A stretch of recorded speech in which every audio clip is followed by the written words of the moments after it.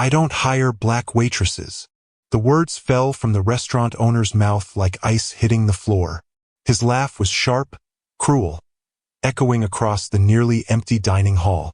He said it so casually, as if it was just another rule of business, not realizing how much power those 6 words carried. The young woman froze where she stood, her hands tightening around the strap of her worn leather purse. For a moment, she wasn't sure if she had heard him correctly, but the smirk on his face told her she had. Her chest burned with a mix of shock and humiliation, but she didn't move. The other workers, mostly in aprons, turned away, pretending they hadn't heard.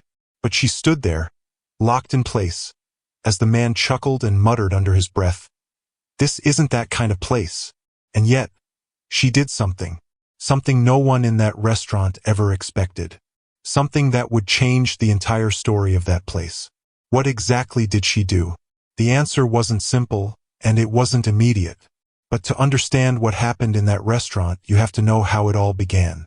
2 weeks earlier, in a small town tucked just off a busy highway in Georgia, a young woman named Kayla Johnson sat on the edge of her bed. She was 22, tall, with warm brown skin and deep, determined eyes.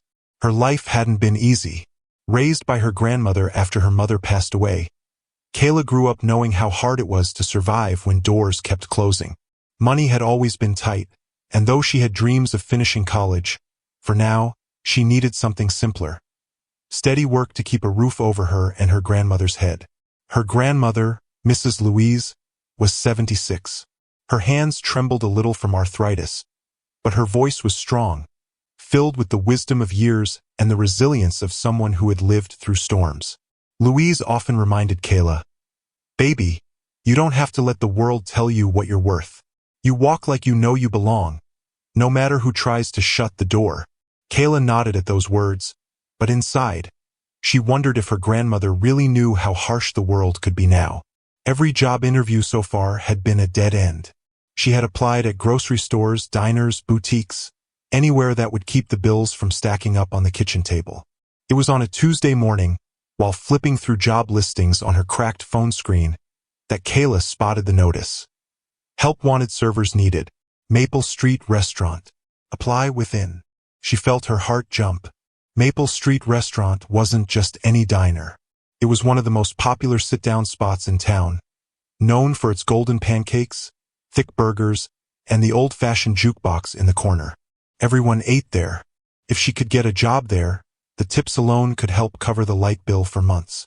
So, the next day, she pressed her hair neatly, put on her best blouse, and walked the mile-long stretch into town.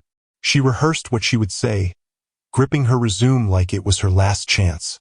The moment she walked through the glass doors, the smell of sizzling bacon and hot coffee filled her nose. She took a deep breath. At the counter, a man in his mid-50s leaned over paperwork. He had thinning gray hair, a gold watch that glinted under the lights, and a belly that pushed against his button-up shirt. This was Mr. Richard Miller, the owner. Kayla greeted him politely, introduced herself, and explained she was applying for the waitress job. He looked her up and down slowly, his lips twitching with something between amusement and disdain. "You're here for the waitress position?" he asked, almost mocking. "Yes, sir," she replied, her voice steady despite the tightness in her chest. And that was when he laughed. Not the kind of laugh that welcomes you in, but the kind that pushes you out. A cold, cutting laugh. Then he leaned back and said those words that would slice through the room like a knife. "I don't hire black waitresses." Kayla felt her stomach twist. The restaurant went quiet, though the sound of dishes clinking in the back kitchen carried faintly. A younger man, probably no more than 18, froze mid-step with a tray of drinks, but then quickly turned away as though he hadn't heard. The world, in that moment, seemed to shrink down to just Kayla and the man who had decided, without hesitation, that the color of her skin was reason enough to deny her. But instead of walking out, instead of lowering her head and accepting the cruelty, Kayla took a slow breath. Her grandmother's voice echoed in her memory. "You walk like you know you belong, no matter who tries to shut the door." So, she did something bold, something that would change everything in the days to come. But before we can reveal what Kayla did, you must understand why she refused to leave, why she stood her ground in that hostile moment. Because what led her to that restaurant door was not just desperation, it was hope. We share powerful stories that uncover hidden truths and challenge perspectives. Subscribe to stay updated, share to keep others safe, and comment where you're watching from. The week before the interview, Kayla had been sitting in the small living room of her grandmother's house. The walls were faded, the couch sagged, but it was home. The two of them had been sharing a dinner of beans and cornbread when the power went out. Darkness filled the room, except for the faint light of the moon slipping through the window. Kayla sighed, setting down her fork. She knew what it meant. Another unpaid bill. Louise reached over and squeezed her hand. "Don't you give up, baby girl," Louise said softly. "Hard times don't last forever, but strong folks do. You keep trying. You'll find a way." Those words lit something in Kayla's heart. She couldn't let her grandmother down. She couldn't let the weight of poverty define their lives. That was why she walked into Maple Street restaurant with her chin high, determined to leave with more than just rejection. And now, standing in front of Mr. Miller after he had laughed at her and humiliated her, Kayla was faced with a choice. Walk away quietly like everyone else expected, or do something no one could have predicted. She chose the second option. The air in the room shifted as she opened her mouth to respond. But what she said, what she did next, left everyone in the restaurant stunned. The room was so quiet you could hear the faint ticking of the old clock on the wall. Kayla's palms felt sweaty, but she refused to show it. She lifted her chin, her deep brown eyes fixed on Richard Miller, the man who had just told her she didn't belong. Everyone in the restaurant waited. The teenage busboy held his tray tightly, pretending to focus on wiping down a table. A couple eating by the window glanced over, whispering to each other. Even the waitress at the counter froze with her pen hovering above her order pad. Kayla could hear her grandmother's voice again. "Walk like you know you belong." And in that moment, she realized something. If she walked away quietly, she would only prove Richard right. But if she stayed and fought for her dignity, she could leave a mark on every person watching. She straightened her shoulders. "I'm not here for your opinion about who I am," she said firmly, her voice clear. "I'm here because I can do the job.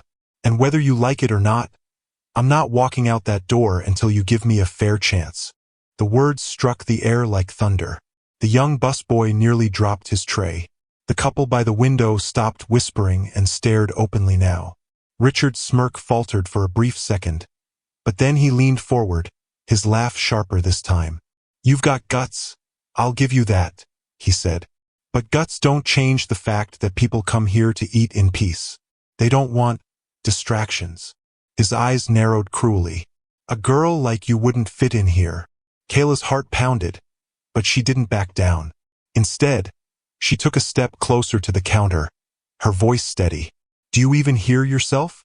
You're not turning me down because I can't do the job. You're turning me down because of what you see on my skin.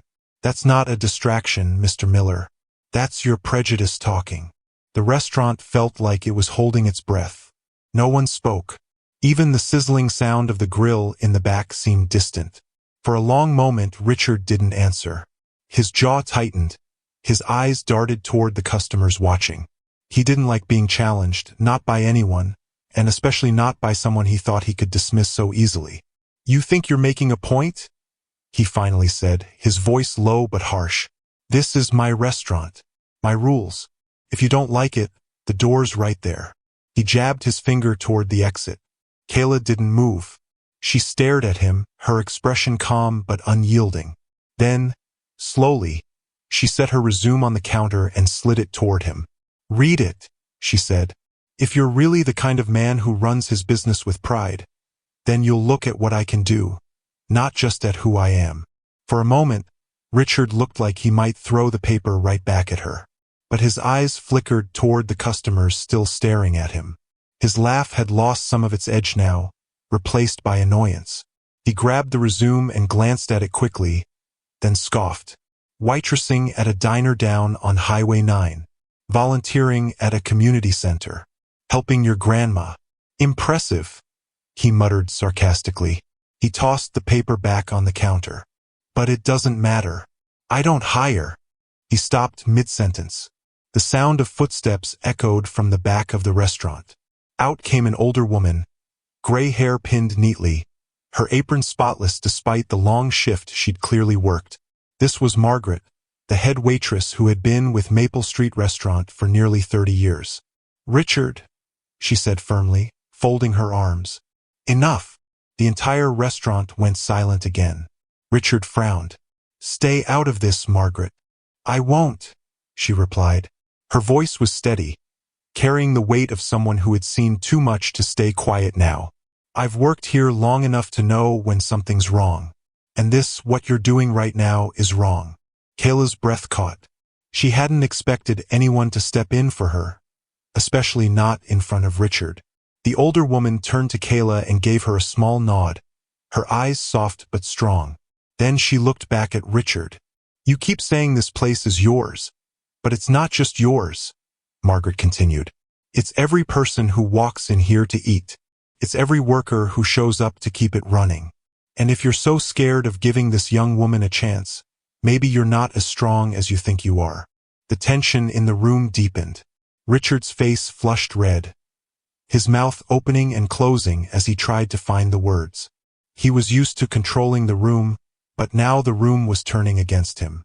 The couple by the window nodded in agreement, and even the busboy muttered, "She's right." Under his breath, Kayla felt her heart swell. For the first time since she'd walked in, she didn't feel alone. But just as it seemed Richard might finally back down, the restaurant door opened. A man in a dark suit stepped in, his voice booming as he greeted Richard. "Afternoon, Miller. How's business?"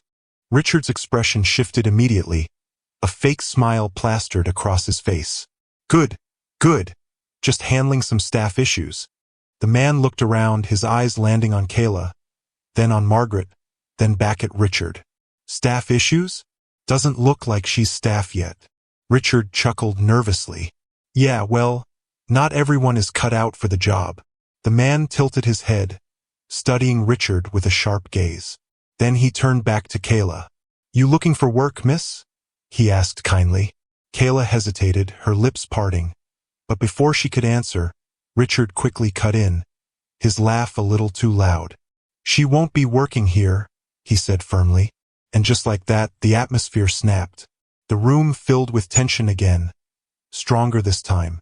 Margaret stepped closer, the customers whispered, and Kayla felt every eye on her once more. She knew this was the moment where either she walked away or she stood her ground again. Kayla took a deep breath, ready to speak. But before she could, the man in the suit leaned in slightly, his expression unreadable. "Richard," he said slowly, "are you sure that's the decision you want to make?" The room froze. No one moved. No one spoke.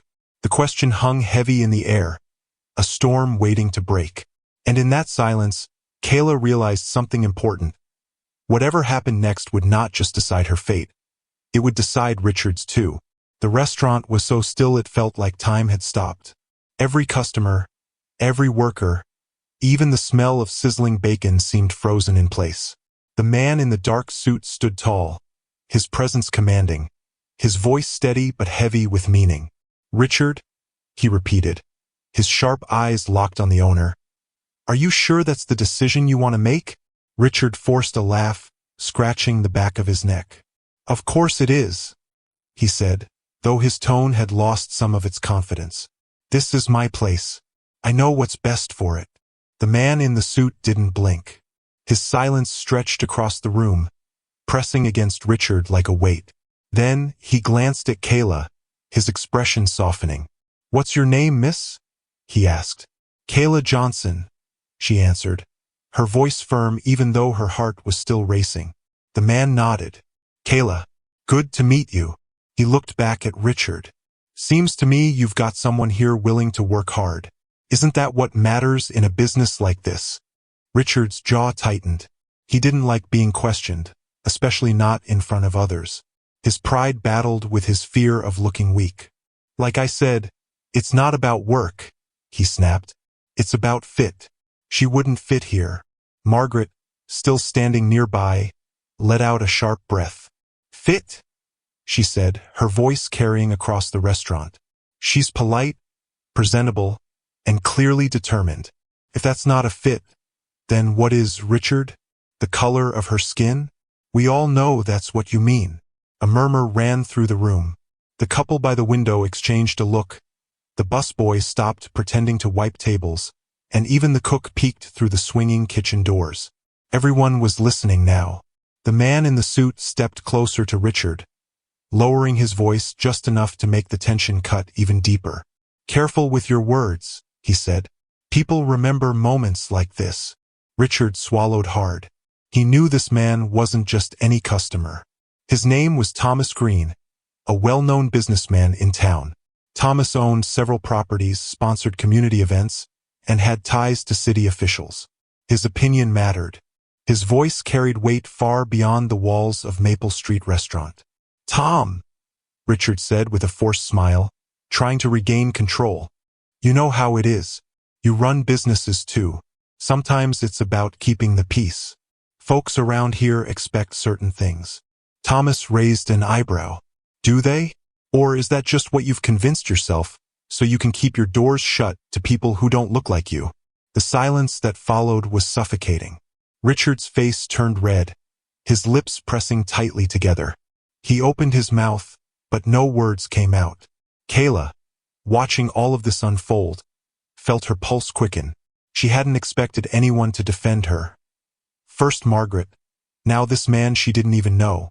But with every word Thomas spoke, the walls Richard had built around his prejudice seemed to crack. Finally, Thomas straightened his tie and stepped back. "I'll tell you this, Richard," he said evenly. "I came here today because I've been thinking about investing in your restaurant. Expanding it, maybe franchising. You've done good business over the years, I'll give you that. But after seeing this," he gestured toward Kayla, "I'm not sure I want my name tied to yours." A gasp rippled through the room. Richard's eyes widened. His mouth opened, then shut again. For once, the man who always had the last word had nothing to say. Kayla's heart pounded. She hadn't expected her fight for dignity to turn into something this big. Thomas gave her a small nod, then headed toward the door. But before he left, he turned back. "Young lady," he said, addressing Kayla, "don't let small minds decide your worth. You've got courage. That'll take you far." And with that, he walked out, leaving the restaurant buzzing with whispers. Richard stood frozen behind the counter, his face pale now. Margaret crossed her arms, glaring at him. "You see what your stubbornness just cost you?" she said. But Richard didn't answer. He just clenched his fists, the weight of what had just happened pressing down on him. Kayla finally picked up her resume from the counter. She looked at him, her voice steady but calm. "I came here because I wanted a job, but I realize now, you don't deserve people who are willing to give you their best." She turned toward the door, her heart pounding with both fear and pride. Each step felt heavy but also freeing. Just as her hand touched the glass door, a voice called out behind her. "Wait!" Kayla froze. Slowly, she turned. It wasn't Richard. It was the busboy, the young man who had been quietly watching everything. His face was pale, but his voice was steady. "Miss Johnson," he said nervously, I think you should know something about this place." The restaurant went quiet again. Everyone stared at him. Richard's eyes narrowed dangerously. "Don't you dare," he growled. But the young man ignored him. He stepped forward, his hands shaking slightly as he looked at Kayla. "There's something happening here," he said, his voice louder now. "Something bigger than just who gets hired. And you need to hear it." Kayla's breath caught in her throat. She glanced at Richard, whose face had gone from red to white. For the first time, the owner looked nervous. "What do you mean?" she asked softly. The busboy swallowed hard. "I can't say it here, not in front of him. But if you'll meet me after my shift, I'll tell you everything." The restaurant buzzed with whispers again, customers leaning forward, sensing that something hidden was about to come out. Margaret looked sharply at the busboy, then at Richard, whose hands gripped the counter so tightly his knuckles turned white. "Sit down and shut your mouth," Richard barked. But the young man didn't back down. His voice shook, but his words were strong. "No. Someone needs to tell the truth." Kayla felt her stomach twist. Whatever he was about to reveal, it was serious, serious enough to put fear in Richard's eyes. Her grandmother's words echoed again in her memory. "Hard times don't last forever, but strong folks do." Kayla realized this wasn't just about a waitress job anymore. This was about uncovering something much deeper. She nodded slowly at the busboy. "I'll meet you." The room filled with tension so thick it felt like it might snap in two. Richard's glare burned into both of them, but Kayla didn't flinch. And as she stepped out of the restaurant, the door closing behind her, one question blazed in her mind. What secret was hiding inside Maple Street Restaurant that the world wasn't supposed to know? If you're enjoying this story, please subscribe to the channel. Your support keeps us motivated and reminds us that our stories are making a difference in people's lives. The autumn air hit Kayla's face the moment she stepped outside the Maple Street Restaurant. The late afternoon sun hung low, throwing long shadows across the small-town streets. Her heart was still racing from what had just happened inside. She walked quickly, clutching her purse close, replaying every word, every look, every moment. Richard Miller's face, angry, pale, and nervous, lingered in her mind. But it wasn't his cruelty that kept her thoughts spinning. It was the busboy's words. "There's something happening here, something bigger, bigger than a waitress job, bigger than prejudice." The way his hands had trembled, the way Richard's eyes had gone cold with fear, it all meant that whatever the secret was, it was dangerous. Kayla's stomach twisted. She had already put herself in the spotlight just by refusing to walk away. But now she was tangled in something she didn't understand. By the time she reached her grandmother's small house, the sun had dipped lower, painting the sky in streaks of orange and purple. Louise sat in her rocking chair on the porch, a blanket across her lap, humming an old hymn. She looked up as Kayla approached. "Well?" Louise asked gently, reading her granddaughter's expression before Kayla even spoke. "How did it go?" Kayla swallowed hard. She didn't want to worry her grandmother, but she couldn't lie. She sat on the porch steps, leaning against the railing. "It didn't go good, Grandma. The owner, he laughed at me, said he doesn't hire black waitresses." Louise's eyes softened, but her lips pressed into a thin line. I was afraid of that man. Always did have a mean streak about him." Kayla looked down at her hands. "But something else happened too. He said that in front of everyone, and I didn't walk out. I stood up to him. Then this businessman, Thomas Green, came in and defended me. And then—" She hesitated, her voice lowering. "The busboy told me there's something going on in that restaurant. Something I need to know. He wants to meet me after his shift." Louise's rocking chair creaked to a stop. Her eyes sharpened. "Something going on? What kind of something?" "I don't know," Kayla admitted, but it scared Richard enough that he tried to shut him up. "Grandma, what if I'm stepping into something I shouldn't?" Louise reached out and took her granddaughter's hand. Her fingers were warm, her grip firm. "Kayla, sometimes God puts us in places where truth needs to be uncovered. But truth ain't never uncovered without risk. The question is, are you strong enough to carry it?" Kayla's throat tightened. She thought about the bills stacked on the kitchen table. She thought about the dark nights when the lights went out. And she thought about the look in that busboy's eyes, how desperate he had been to tell her. "I think I have to be," Kayla whispered. Louise nodded slowly, then released her hand. "Then you go. But you be careful. Listen more than you speak. And remember, darkness don't like the light." That night, the town seemed quieter than usual.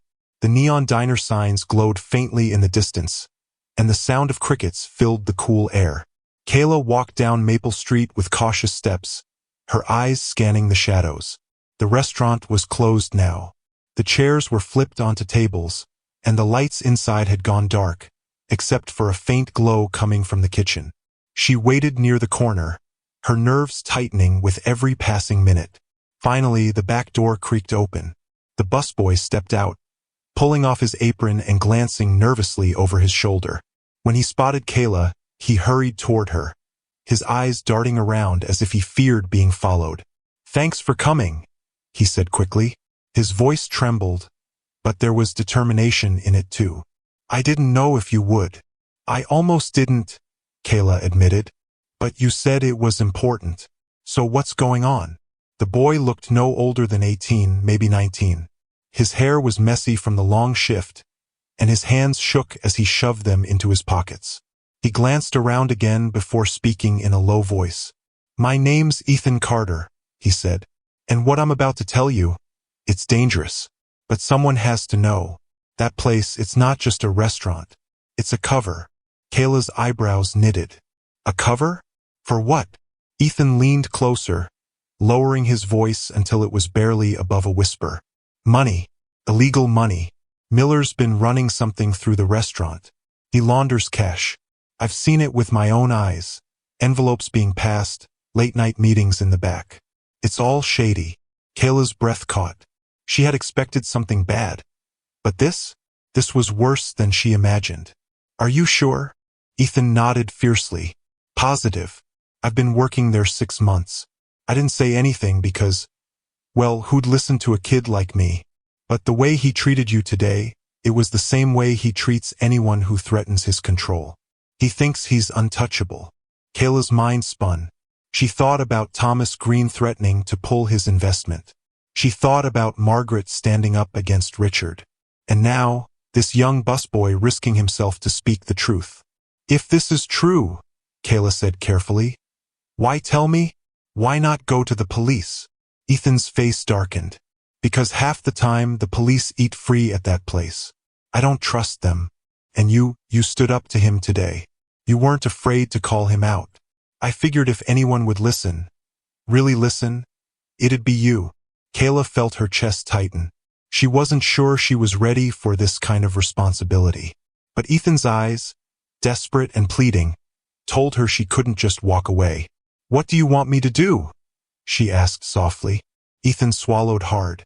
"Help me expose him. If people see what's really going on, he won't be able to hide behind his money or his rules. We need proof. Records. Something big." Kayla hesitated. The thought of going back into that restaurant, of digging into Richard Miller's secrets, terrified her. But at the same time, she knew this was bigger than just her. Bigger than a waitress job. This was about truth. About justice. Before she could answer, the sound of footsteps echoed down the alley. Heavy, deliberate footsteps. Ethan's face went pale. "We've got to go," he whispered urgently. Kayla's pulse shot up. She turned, but the alley was too dark to see clearly. The footsteps grew louder, closer. Whoever it was, they weren't hiding their presence. "Run," Ethan hissed. Without thinking, Kayla grabbed his arm, and the two of them bolted down the street, the sound of pursuit close behind.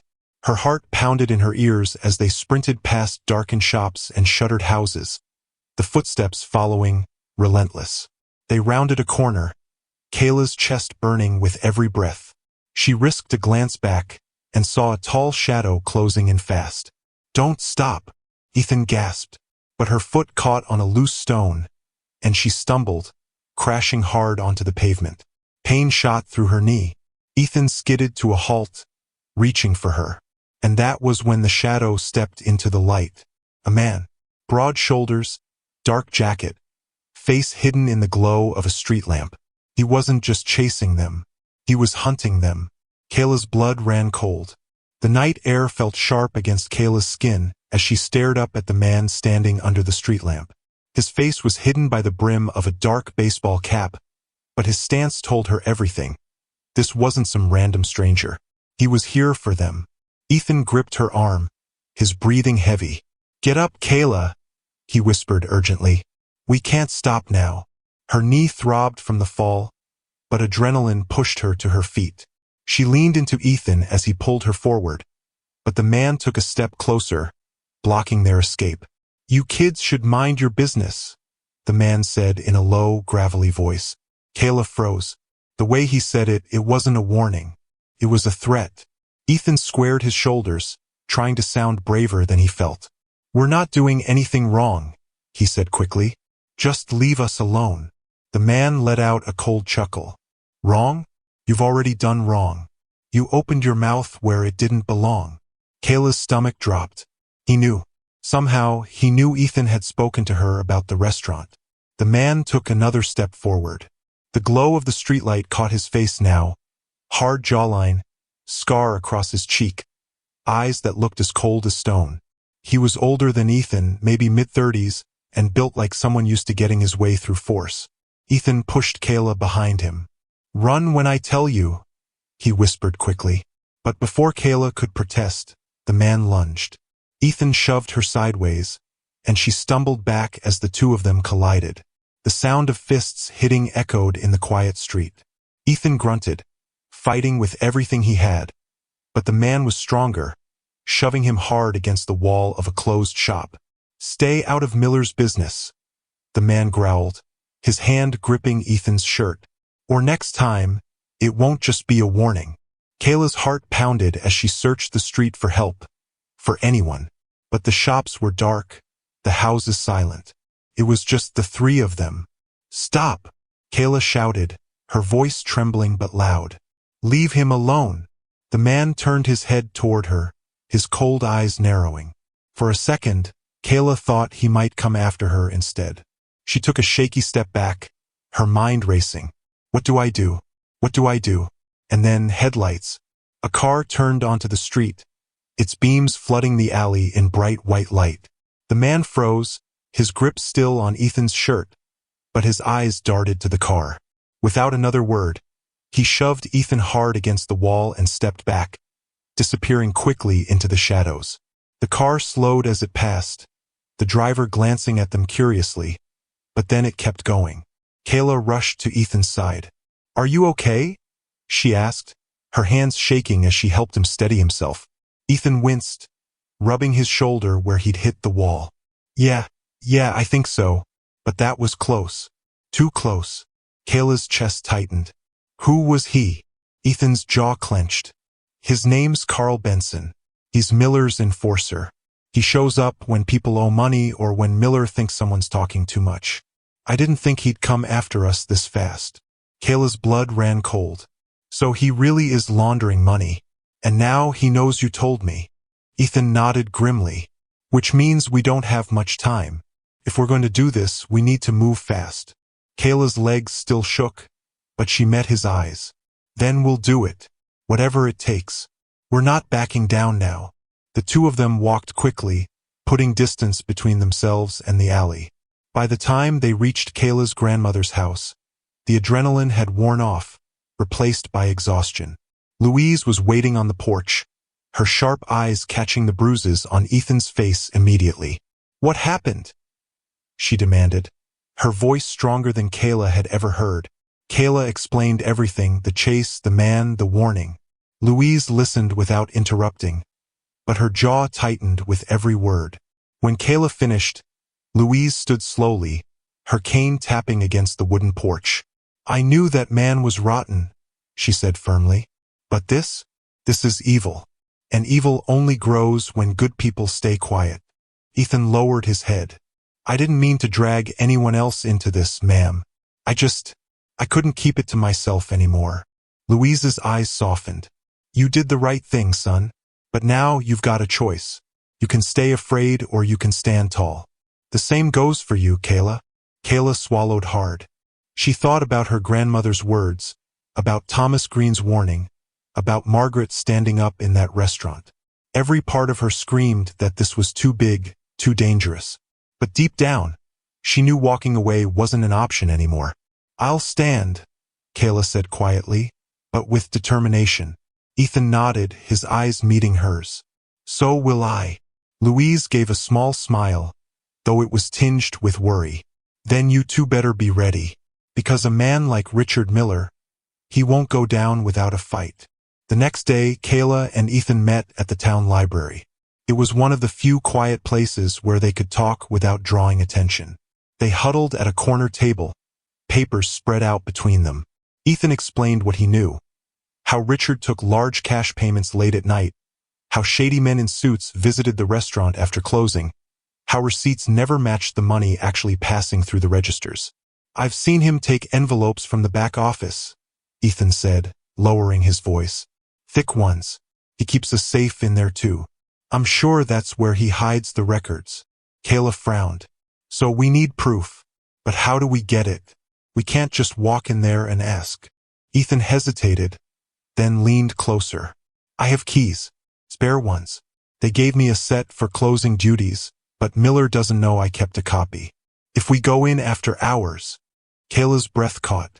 "You're talking about breaking in?" "Not breaking," Ethan corrected quickly. "Just slipping in. If we can get pictures of the records, we'll have something solid. Something no one can ignore." Kayla's hands shook slightly as she stared at him. The thought terrified her, but she couldn't deny it. This might be the only way. Before she could answer, a loud thud echoed from the library entrance. Both of them jumped. A shadow passed by the glass doors. Kayla's pulse spiked. She glanced at Ethan, who was pale again. "Do you think?" she whispered. Ethan shook his head slowly, but his eyes stayed fixed on the door. "If it's who I think it is, we need to get out of here. Now." They quickly gathered the papers, stuffing them into Kayla's purse. But before they could leave, the door swung open. And standing there, his scar catching the light once more, was Carl Benson. His eyes locked on them immediately. He didn't speak. He didn't need to. The look on his face said it all. He knew exactly what they were planning. The air in the library froze. Carl Benson's frame filled the doorway like a shadow stretching too far. And for a moment Kayla forgot how to breathe. His scarred cheek caught the overhead light as his eyes locked onto them, cold and steady. Ethan's hand slid across the table, pressing against Kayla's wrist. "Stay calm," he whispered, though his own voice shook. Carl didn't move at first. He just stood there, letting the silence settle over the empty library like a heavy blanket. Then slowly he stepped inside. His boots echoed on the polished floor, each step deliberate. "You two don't listen very well," Carl muttered, his voice gravelly, almost a growl. Kayla swallowed hard. "We're not doing anything wrong," she managed to say, though her words sounded small compared to the weight of his presence. Carl tilted his head, smirking faintly. "That's not what Miller thinks.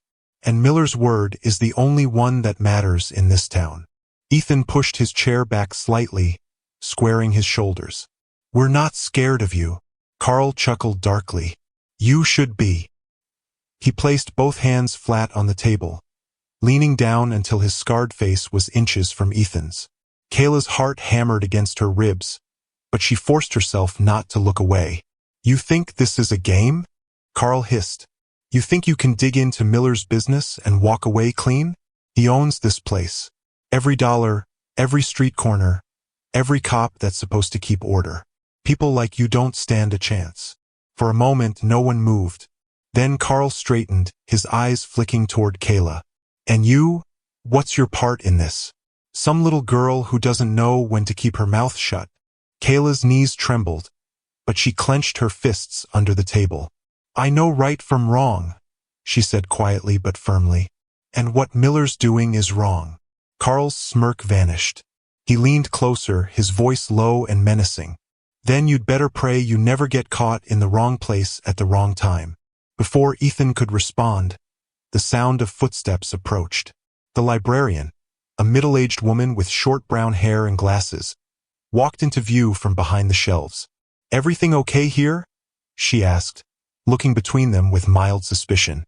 Carl straightened instantly, his expression shifting into something smoother, almost polite. "Yeah," he said casually. "Just having a little chat with some friends." The librarian frowned but didn't press further. "Well, keep it down. People are studying." She walked away, her shoes clicking against the floor. Carl glanced back at Kayla and Ethan, his smile returning, though this time it was colder. "You're lucky," he muttered. Then he turned, walking out the door without another word. Kayla sat frozen, her chest heaving as the door shut behind him. The silence he left behind was louder than any threat. Ethan rubbed his face with his hands, exhaling sharply. "We don't have much time," he said, his voice low. "He's watching us. He knows." Kayla nodded shakily. "So what do we do now?" Ethan's eyes hardened. "We move faster. Tonight." That evening, the small living room in Louise's house became their headquarters. Kayla, Ethan, and Louise sat around the worn coffee table, a single lamp casting shadows across their faces. The tension in the air was thick. "We can't wait any longer," Ethan said. "Carl already knows we're digging. If Miller hasn't guessed yet, he will soon. Tonight might be our only shot at getting proof before they lock it all down." Louise's eyes narrowed. "Proof? The safe," Ethan explained. "I know where it is. If we can just get pictures of what's inside, maybe we can take it to someone who'll actually listen." Louise tapped her cane against the floor, her lips pressed in a thin line. "Breaking into that place is dangerous. You're talking about risking your freedom, maybe even your lives." Kayla leaned forward, her hands clenched together. "But what other choice do we have? If Miller keeps getting away with this, more people will suffer. Ethan could lose more than his job. He could lose everything."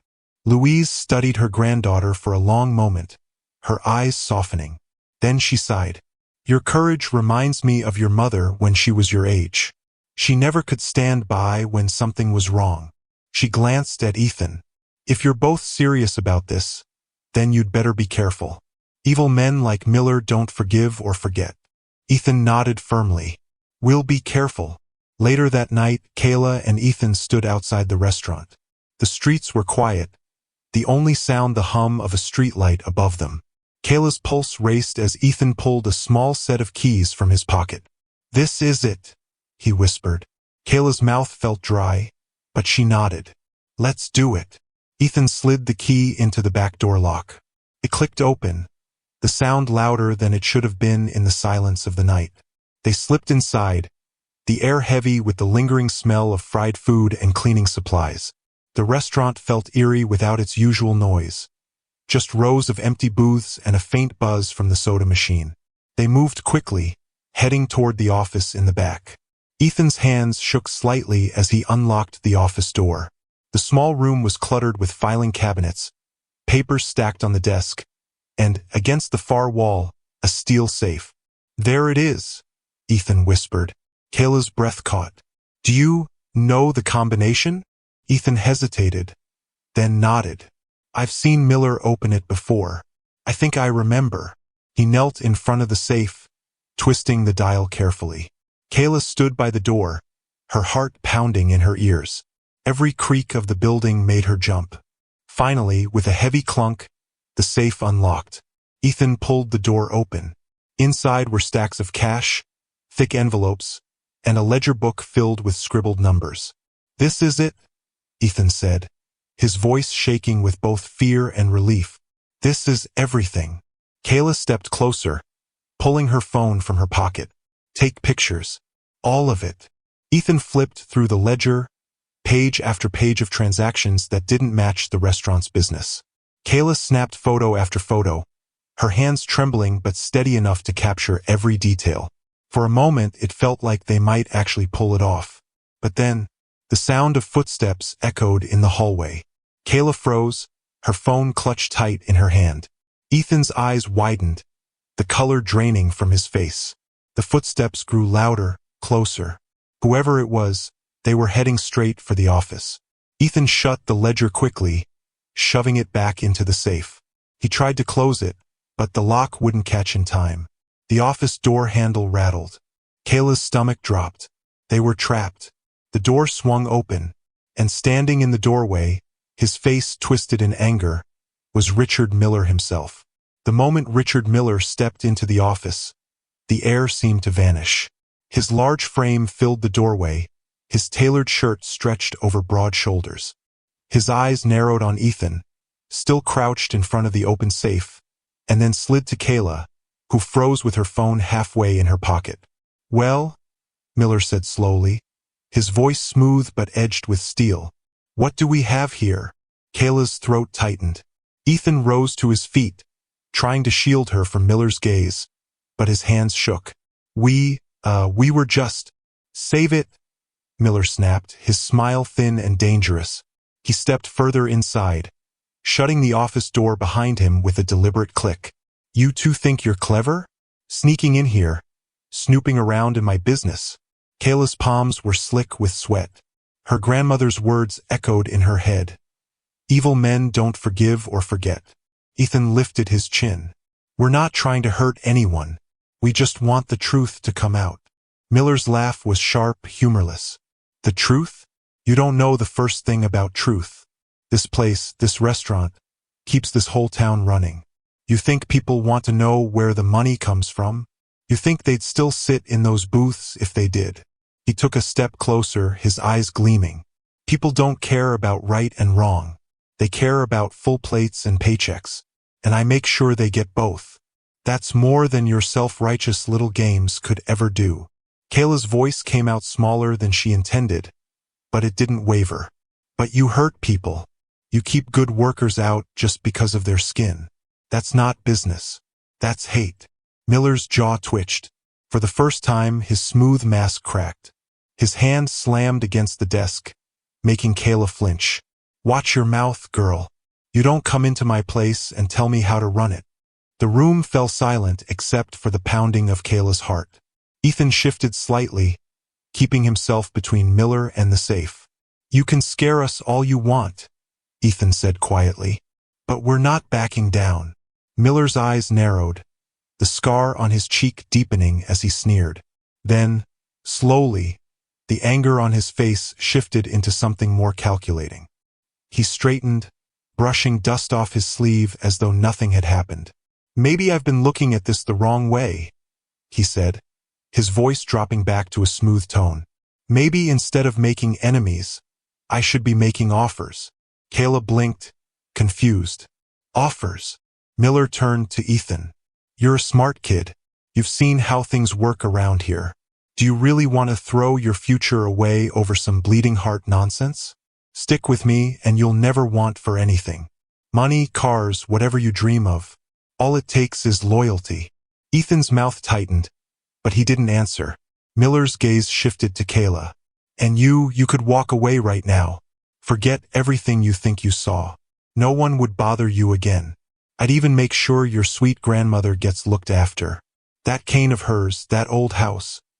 I could fix it all. Kayla's stomach turned. He said it like kindness, but it was nothing more than a bribe. Ethan's voice cut through the silence. We're not for sale. Miller's smile vanished instantly.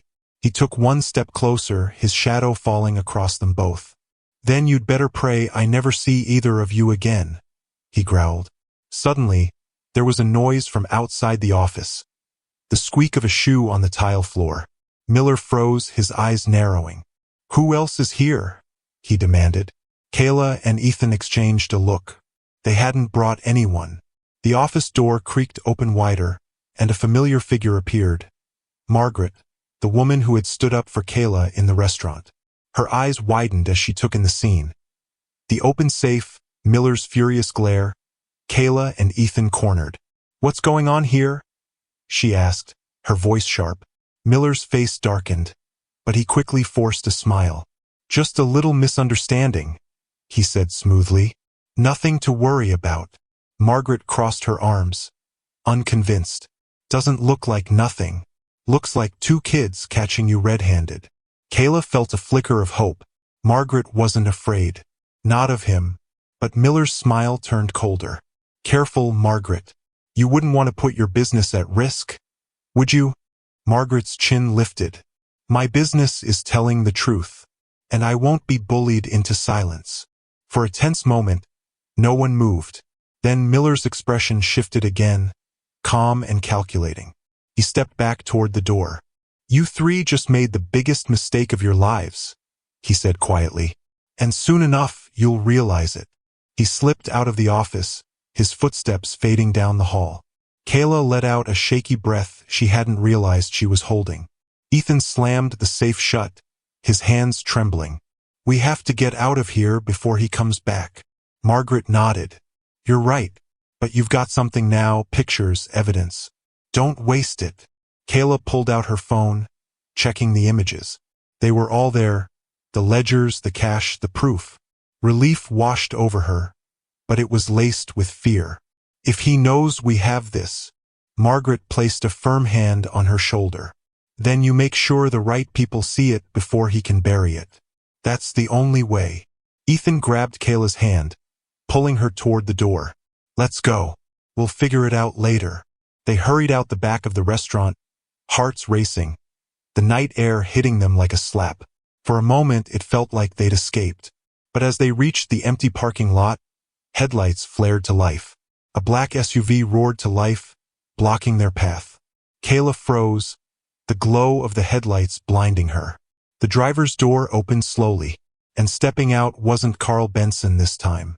It was a uniformed police officer, Sheriff Douglas, the man everyone in town trusted. But instead of relief, Kayla felt dread. The look in the sheriff's eyes wasn't friendly. It was cold, just like Miller's. The sheriff's boots crunched against the gravel as he stepped out of the SUV, his shadow stretching long under the harsh glow of the headlights. Sheriff Douglas was tall, broad-shouldered, with graying hair at his temples. His uniform was spotless, his badge catching the light. Normally, seeing him brought comfort to townsfolk. But tonight, the icy way his eyes slid over Kayla, Ethan, and Margaret made Kayla's stomach twist. Well, Douglas drawled, his voice calm, too calm. Out a little late, aren't we?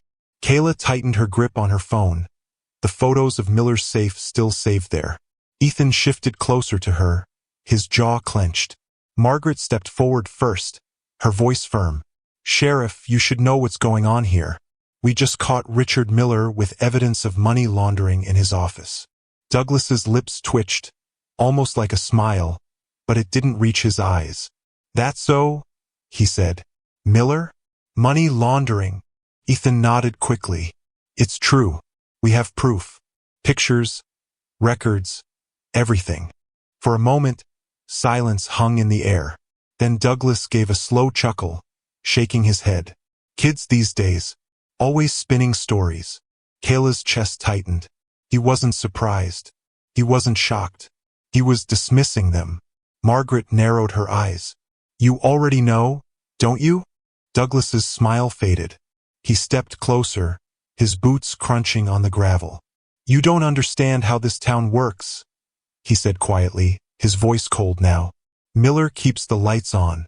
He pays for uniforms at the school, the park renovations, half the salaries at City Hall. You think the mayor cares where the money comes from? You think anyone does? They just want results. And Miller delivers. Kayla's throat felt dry. So you're protecting him? Douglas tilted his head, his gaze sharp as glass. I'm protecting order. Without Miller, this whole place falls apart. You should thank him instead of trying to ruin him. Ethan's fists clenched at his sides. You're just as corrupt as he is. The sheriff's eyes flickered, but his expression didn't change. He stepped closer until he was towering over Ethan. Careful, boy. You don't know how fast someone like you can disappear around here. Kayla's heart thudded in her chest. For a moment, it felt like the world was closing in, every exit blocked. But then Margaret spoke again, her voice cutting through the heavy silence. You think fear will keep us quiet? Not this time. Douglas's jaw tightened, but he didn't answer right away.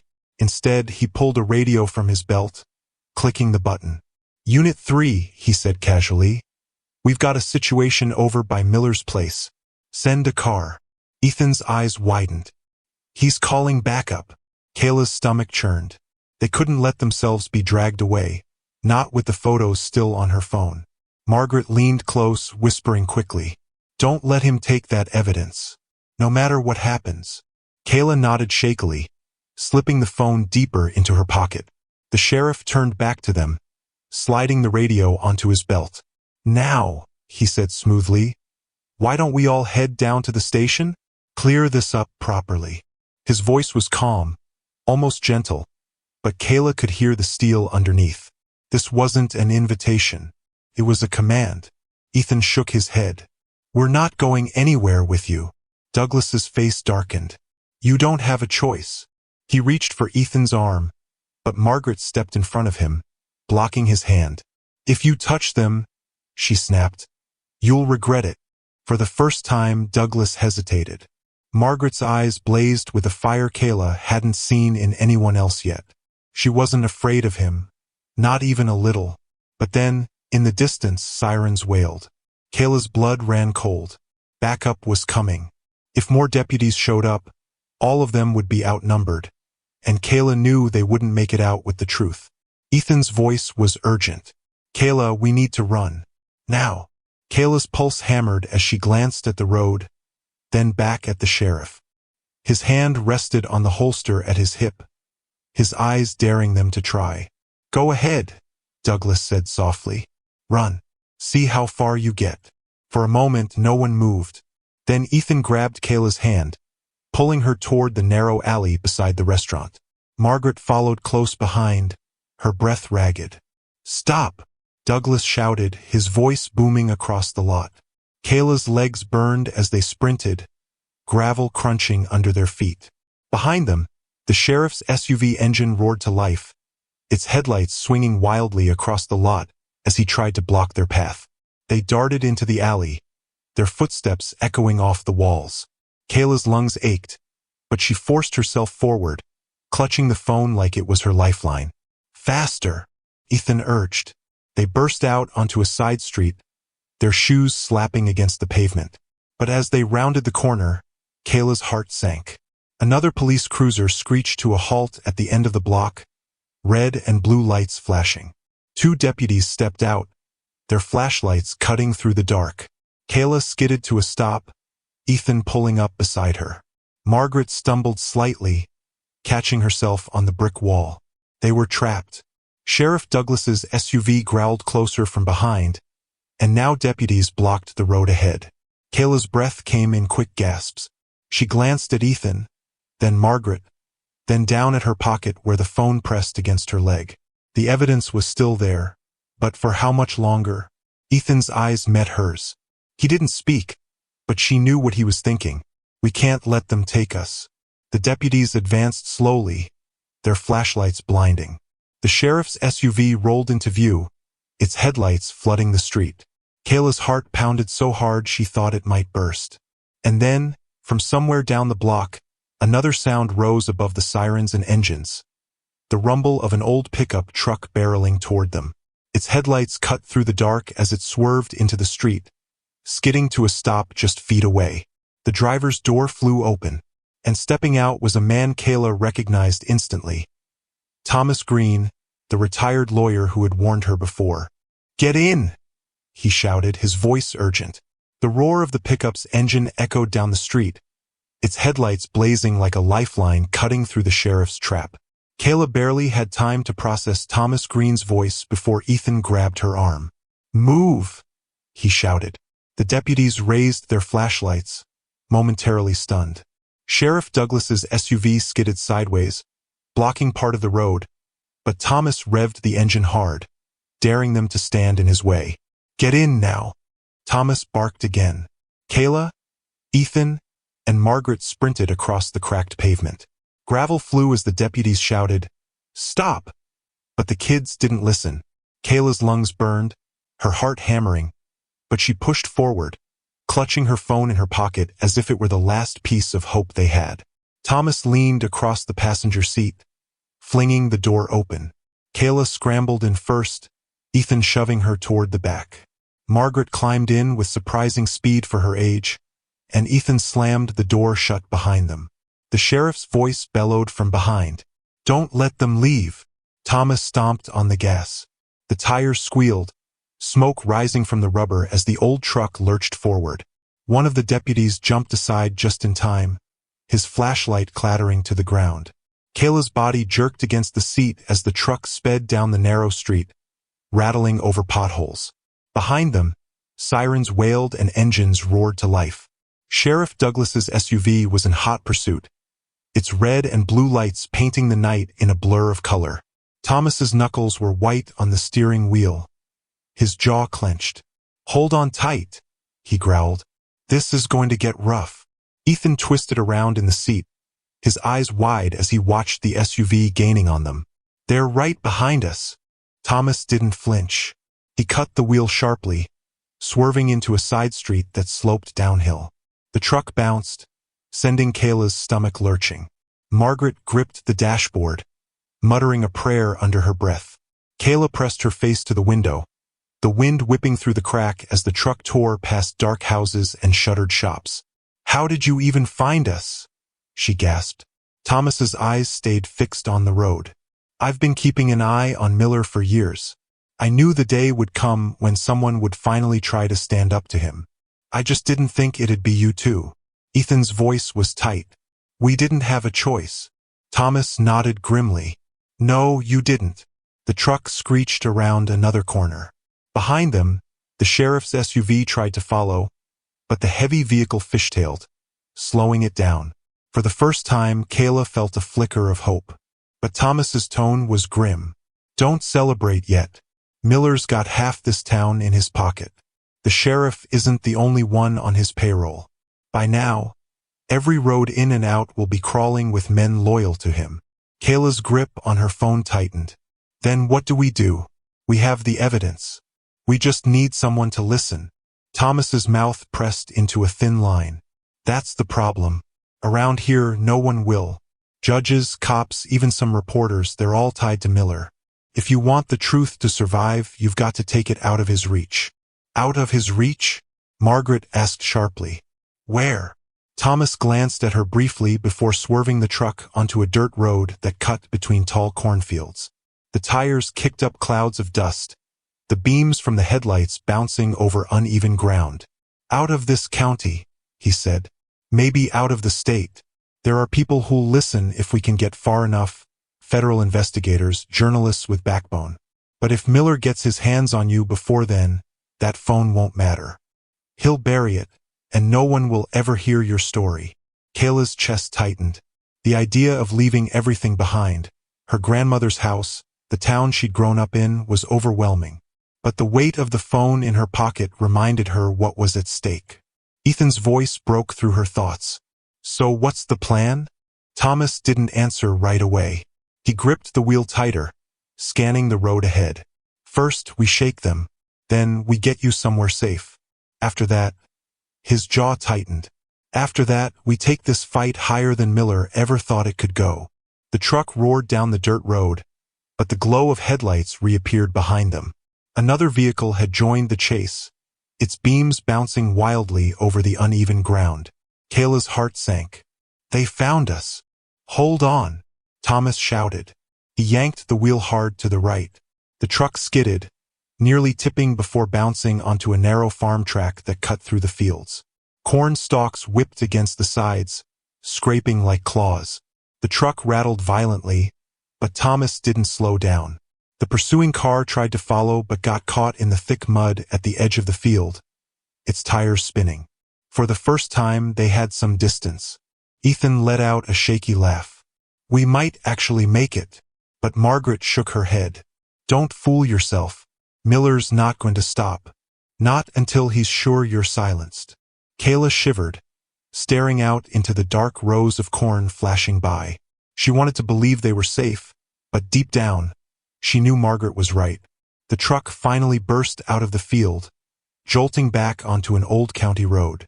Thomas slowed slightly, his eyes darting between the mirrors. For now, the headlights behind them had disappeared. The cab fell silent except for the rumble of the engine. Kayla pressed her forehead against the cool glass, her mind racing. Every muscle in her body ached from the tension, but she refused to let go of the phone. "Why are you helping us?" she asked finally, her voice small. Thomas's grip on the wheel tightened. "Because I've seen what Miller does to people who cross him. I couldn't stop him before. But maybe with you two, there's still a chance." Ethan frowned. "What do you mean, you couldn't stop him before?" Thomas's eyes flickered in the mirror, his face shadowed.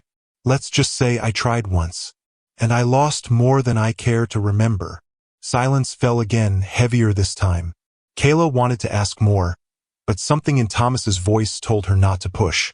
The road ahead stretched dark and empty, the night air heavy with tension. For a brief moment, it felt like they had escaped. But then, the truck's headlights swept across a bend in the road. Parked across both lanes, Blocking the way forward was another black SUV. Its engine idled, exhaust curling into the night air. Thomas slammed the brakes.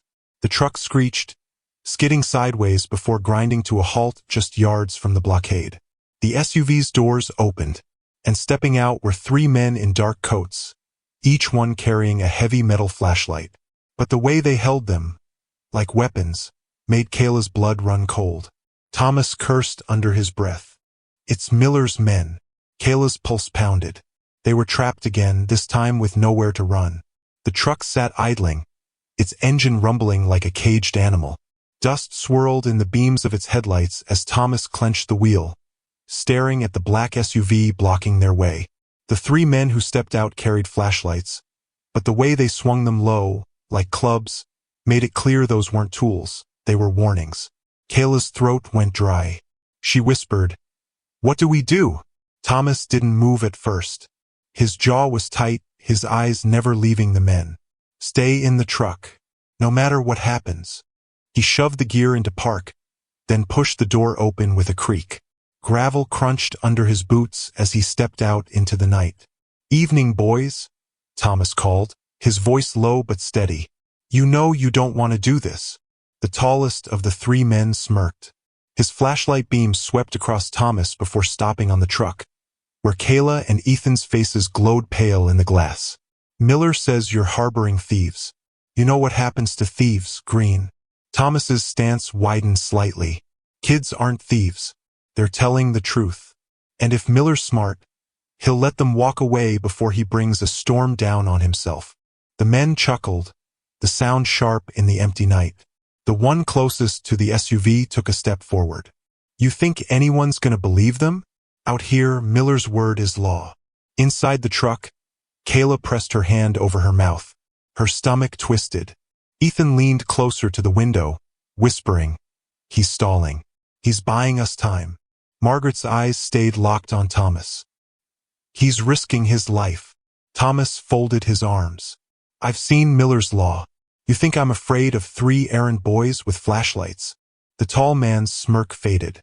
He swung the flashlight hard against his palm with a loud smack. "This is your last chance, Green. Step aside. Hand them over." The air grew heavy, tense as a wire stretched to breaking. Kayla's heartbeat drummed in her ears. Thomas's voice dropped, firm as stone. "No." For a split second, silence swallowed the road. Then the men surged forward. "Now!" Thomas shouted. He dove sideways, grabbing a fistful of dirt and gravel and flinging it at the nearest man's face. The man stumbled back with a curse, blinded. Thomas slammed his shoulder into the second, knocking him to the ground. Kayla screamed. Ethan yanked the door handle. "We can't leave him." Thomas's voice cut through the chaos. "Go! Drive!" The third man raised his flashlight like a club, bringing it down toward Thomas's head. Thomas barely ducked in time, the metal smashing against his shoulder instead. He grunted in pain but twisted, shoving the man back. Kayla's hands shook as she grabbed the steering wheel. She'd never driven more than down her grandmother's driveway, but instinct screamed at her to move. She jammed the truck into gear, her foot slamming the gas. The tires screeched, the engine roared, and the truck lurched forward. Ethan scrambled into the passenger seat, shouting directions. Straight through them. The headlights blinded the men, who stumbled back as the truck barreled forward. Thomas leapt aside just in time, rolling into the ditch as Kayla drove the truck through the gap. One man jumped clear. The other was clipped, spinning to the ground with a shout. "Go! Don't stop!" Ethan cried. Kayla's hands locked on the wheel, her whole body trembling. She sped down the dark road, the truck rattling like it might fall apart at any moment. Margaret gripped the dashboard, her voice hoarse. "Don't look back, girl. Just keep driving." But Kayla did look back, just for a second. In the glow of the fading headlights, she saw Thomas dragging himself out of the ditch, his arm hanging limp at his side. And then, behind him, the men scrambling back to their SUV. "They're gonna follow us," she whispered. Ethan's jaw tightened. "Then we make it count." The truck roared down the winding road. The cornfields gave way to stretches of open land, where the moon lit the cracked asphalt. But in the distance, Kayla could already see the faint glow of headlights closing in. "They're back," Margaret muttered. Kayla gripped the wheel tighter. "Where do I go?" Ethan scanned the road signs as they whipped past. "If we can make it to the river bridge, maybe we can lose them. They won't risk high speeds there." The glow of the pursuing SUV grew brighter, closer. Kayla pressed the gas harder, the old truck rattling dangerously. The steering wheel shook in her hands, but she didn't dare slow down. The bridge came into view. Narrow, wooden, its guardrails old and splintering. Kayla's stomach twisted. "This doesn't look safe." "It's the only way," Ethan shouted. The truck thundered onto the bridge, its wooden planks groaning under the weight. The river below shimmered with moonlight, black and restless. The SUV followed, its tires screeching as it sped onto the bridge right behind them. Kayla's knuckles turned white as she held the wheel straight. The truck wobbled, boards creaking. For a moment, it felt like the whole bridge might collapse under them. And then, a deafening crack split the night. The bridge groaned louder, one of the side rails snapping loose. The truck jolted violently, sending Margaret slamming against the door. Kayla screamed, fighting to keep control. Ethan's eyes went wide as he looked back. They hit the support beams. The SUV behind them had clipped the railing, splintering the fragile wood. The whole bridge shuddered under the strain. Kayla's chest tightened as she saw the far end of the bridge just ahead. "We're not gonna make it. Floor it," Ethan shouted. Kayla slammed her foot down. The truck roared forward, bouncing wildly on the buckling planks. Behind them, the SUV swerved, trying to regain control. The wood groaned, cracked, and then, with a thunderous roar, the middle section of the bridge gave way. The SUV plunged downward, its headlights vanishing as it crashed into the black water below. Kayla's truck leapt across the last few feet, slamming hard onto solid ground on the far side. The tires screeched as she pulled to a stop, her whole body shaking. For a moment, silence. Just the sound of the river rushing below. Kayla's chest heaved, tears stinging her eyes. They had made it. But before relief could sink in, Margaret's trembling hand pointed toward the horizon. Headlights. More of them. At least 2 sets, maybe 3, racing down the distant road straight toward them. Kayla's stomach dropped. The bridge was gone, but Miller's men were still coming. Kayla's hands were frozen on the steering wheel, her eyes locked on the headlights charging toward them in the distance. She couldn't breathe. The bridge had collapsed behind them, but Miller's men hadn't stopped. They were coming. "They'll catch us," Kayla whispered, her voice trembling. "We can't outrun them on the road." Ethan twisted in his seat, scanning their surroundings. To the left stretched the riverbank, steep and rocky. To the right, a dense line of trees loomed, black and tangled in the moonlight. "There," Ethan said sharply, pointing. "The woods. We take the truck off-road and hide. They'll fly right past." Margaret's eyes widened. "Are you crazy? This old truck'll get stuck before we even make it 10 yards. Kayla's heart pounded. "So what do we do?" Before anyone could answer, the glow of the approaching vehicles grew brighter, closer, the rumble of their engines vibrating through the night air. Ethan leaned forward, his voice urgent. "Kayla, it's woods or nothing. Decide." Kayla sucked in a shaky breath, then slammed the wheel to the right. The truck jolted off the road, crashing down into uneven ground. Branches whipped against the sides, scraping metal, as the headlights swung wildly. Margaret clutched the dashboard, teeth clenched. "Lord have mercy." The truck bounced over roots and rocks, threatening to throw them from their seats. Kayla bit her lip hard enough to taste blood, fighting to keep the wheel steady. Behind them, the headlights of Miller's cars drew nearer, then suddenly split. One vehicle stayed on the main road, the other swerved, its beams cutting into the tree line after them. "They saw us," Ethan shouted. Kayla pushed the gas harder, the old engine groaning under the strain. The truck crashed deeper into the woods, branches snapping against the windshield. Darkness swallowed them, the only light their 2 flickering headlamps. "Turn them off," Margaret snapped. What? Kayla said, startled. Turn the lights off. They'll follow the glow. Kayla's hands fumbled for the switch. The beams vanished, plunging them into pitch black. For a terrifying moment, Kayla drove blind, the tires bumping and skidding on uneven ground. She felt more than saw the trees rushing past. Slower, Ethan hissed. You'll kill us before they do. Kayla eased off the gas, her knuckles aching from how tightly she gripped the wheel. The truck crept forward now, hidden in the shadows. Behind them, the sound of another engine grew louder, its headlights bouncing between the trees. They're close, Margaret whispered. Kayla's breath came shallow, her entire body tense. She wanted to cry, to scream, but she forced herself to stay quiet. Every sound felt magnified. The crunch of tires on leaves, the creak of the suspension, her own pounding heartbeat. Ethan leaned toward her. We need to ditch the truck. If they catch up, we're sitting ducks. Margaret nodded grimly. He's right. On foot, we've got a chance. Kayla hesitated, staring at the wheel as if it could save them. And Thomas? What if he? A beam of light cut through the trees behind them, blinding for a split second. The growl of the pursuing engine thundered closer. Now! Ethan barked. Kayla slammed the brakes. The truck skidded to a halt, dust and leaves swirling around it. Without another word, Ethan flung his door open, grabbed Kayla's arm, and yanked her out. Margaret scrambled after them, moving with surprising speed for her age. The three of them bolted into the dark forest, their feet pounding on soft earth, branches clawing at their clothes. Kayla clutched her phone in one hand, terrified she'd drop it, while Ethan dragged her along. Behind them, tires screeched, doors slammed, voices shouted. Over there! Don't let them get away!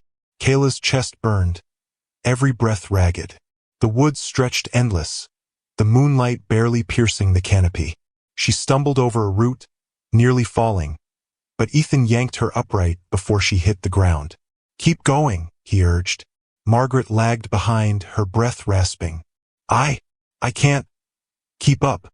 Kayla looked back, panic rising. Ethan, she can't. Shoo! Ethan hissed. He pointed ahead, to a rocky slope leading down toward the river. That way. If we can get down, the water will cover our trail. Margaret shook her head violently. I can't climb that. I'll break my neck. Kayla's heart twisted.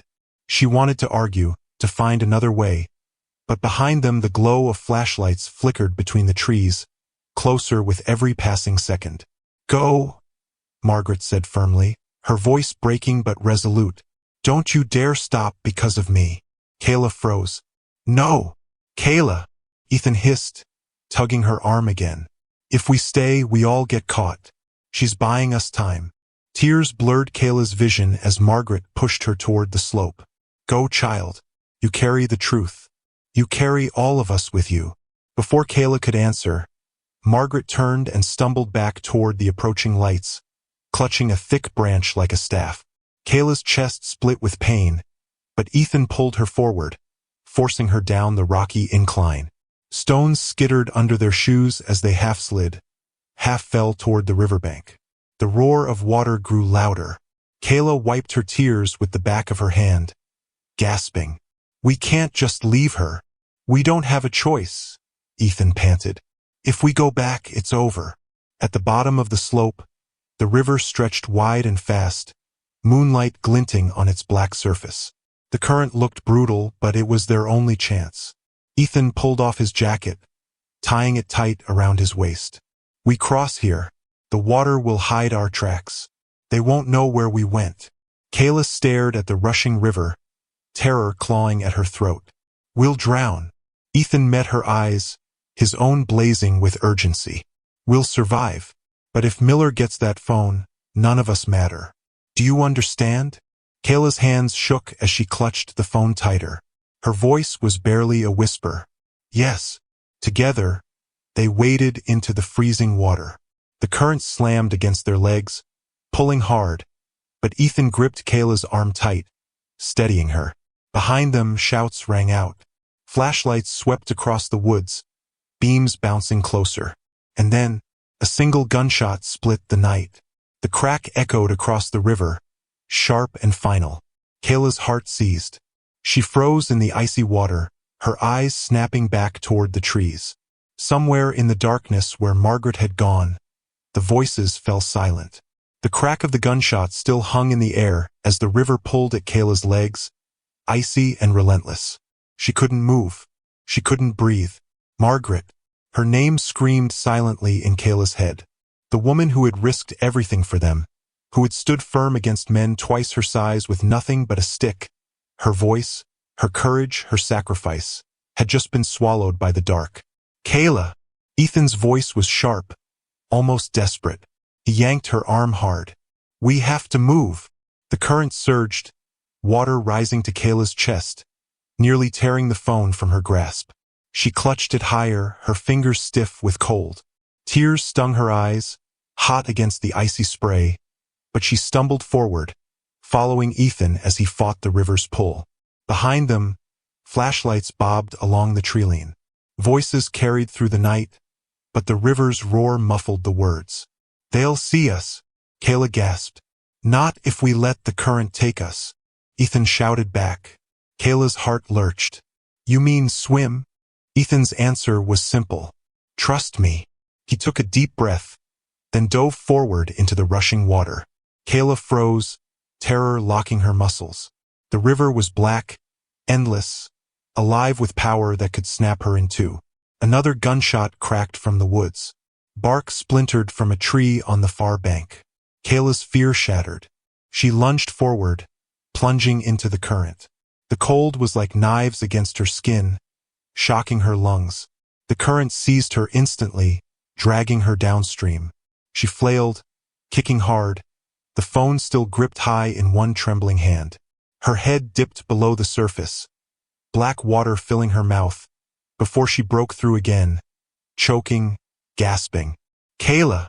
Ethan's voice came from somewhere ahead. Keep going. Don't let go. She kicked harder, fighting the current with every ounce of strength. The trees blurred past, shadows bending and stretching. Her chest burned, her arms screamed, but she kept her eyes fixed on Ethan's pale face in the moonlight. Finally, after what felt like forever, the current spat them out toward a gravel bank on the far side. Ethan dragged himself onto the rocks, coughing violently. Kayla collapsed beside him, her body shaking, her teeth chattering uncontrollably. She still had the phone. Somehow, against everything, she hadn't let go. Ethan pulled himself up on his knees, breathing hard. We made it. Kayla clutched her chest, trying to slow her heartbeat. Margaret! Silence stretched between them, heavy and unbearable. Neither of them said what they were both thinking. She was gone. Kayla shut her eyes, pressing the phone against her forehead. We can't stop now. Not after her. Ethan nodded grimly. No, we can't. They pushed themselves up, drenched, trembling, and started stumbling through the woods. The ground was soft, muddy, every step heavy, but they didn't dare slow down. The sounds of pursuit had faded across the river, but Kayla knew it wouldn't last. Miller's reach was long. As the first faint glow of dawn broke over the horizon, they emerged onto a cracked two-lane road. No cars passed. No houses lined the way. Just emptiness stretching both directions. Ethan ran a hand through his wet hair. If we follow this long enough, we'll hit a town. Maybe someone will help us. Kayla's grip tightened on the phone. Not just someone. We need the right person. Someone Miller can't touch. Her words hung in the air like a vow. Hours later, exhausted and barely standing, they stumbled into a small gas station on the edge of a neighboring county. The man behind the counter looked up, startled by the sight of two mud-covered kids dripping water onto his floor. Kayla stepped forward, her voice hoarse but steady. We need to use your phone. It's an emergency. The man hesitated, but something in her eyes, desperation, fire, determination, made him nod. He slid the phone across the counter. Ethan leaned close. Who are you calling? Kayla scrolled through the phone she carried, her thumb hovering over the last recording. She thought of Margaret's face, of Thomas standing against Miller's men, of every sneer, every cruel laugh from those who said people like her would never be given a chance. Then she looked up at Ethan. The FBI. His eyes widened, but he didn't argue. Her fingers trembled as she dialed. The line rang once, twice. Then a voice answered, Federal Bureau of Investigation. How may I direct your call? Kayla drew a breath so deep it ached. My name is Kayla Turner. I have evidence of corruption, extortion, and hate crimes in Miller's Crossing, and I need to speak to someone now. There was a pause, and then the voice sharpened. Stay on the line. For the first time in what felt like forever, Kayla felt something like hope. Days later, the news exploded. Headlines ran across state lines. Small-town mogul exposed in racist hiring scheme. Secret recordings reveal web of corruption. Video of Miller's own words spread online like wildfire. His laughter, his cruelty, his threats. He couldn't hide anymore. Not from the truth. Not from the world. The authorities descended on Miller's Crossing. Sheriff Douglas was led away in handcuffs, his face pale. Business owners tied to Miller shut their doors. Families whispered, finally unafraid, as years of silence cracked open. And through it all, Kayla sat with Ethan, watching the world finally hear what they had risked everything to say. But in the quiet moments, when the reporters left and the noise faded, Kayla thought of Margaret. She thought of her last words, her fierce voice telling Kayla to carry the truth. That truth had burned a hole through darkness. And though Kayla's heart still ached with loss, she knew Margaret hadn't died in vain. Because now, the whole world knew what one man's hate had tried to hide. And it all began with a girl who refused to let go of her phone, who refused to let go of the truth. The words Margaret had once spoken to her whispered in her memory like a prayer. Kindness isn't weakness, child. Sometimes, it's the sharpest sword you can carry. Kayla smiled faintly through her tears. She understood now. The story wasn't just about Miller's hate. It was about the strength it took to stand against it. Thank you for watching. If you found this story engaging, we invite you to share your thoughts in the comments below. Your perspective adds value to the conversation. To stay updated with future stories exploring themes of race, inequality, and the unexpected choices that shape lives, please consider subscribing to this channel. Your support helps us continue creating meaningful and thought-provoking content.